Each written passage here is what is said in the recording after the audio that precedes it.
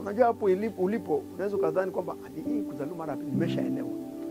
Kuelewa ni hatua ya kwanza, lakini kuishi ulichoelewa ni hatua ya pili. Utajuaje sasa umeweza kuishi?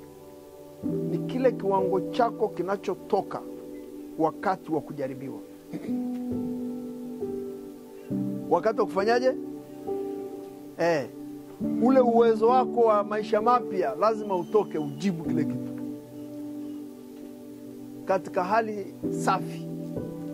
Sio kujibu tu, kujibu katika hali safi, katika mazingira safi. Kwa maana ya kwamba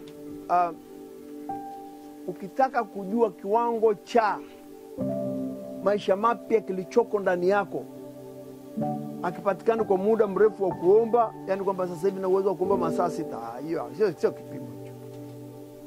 Hakipatikani kwa wewe kuweza kuyasema yote uliojifunza bila kukosea wakati wa kujaribiwa.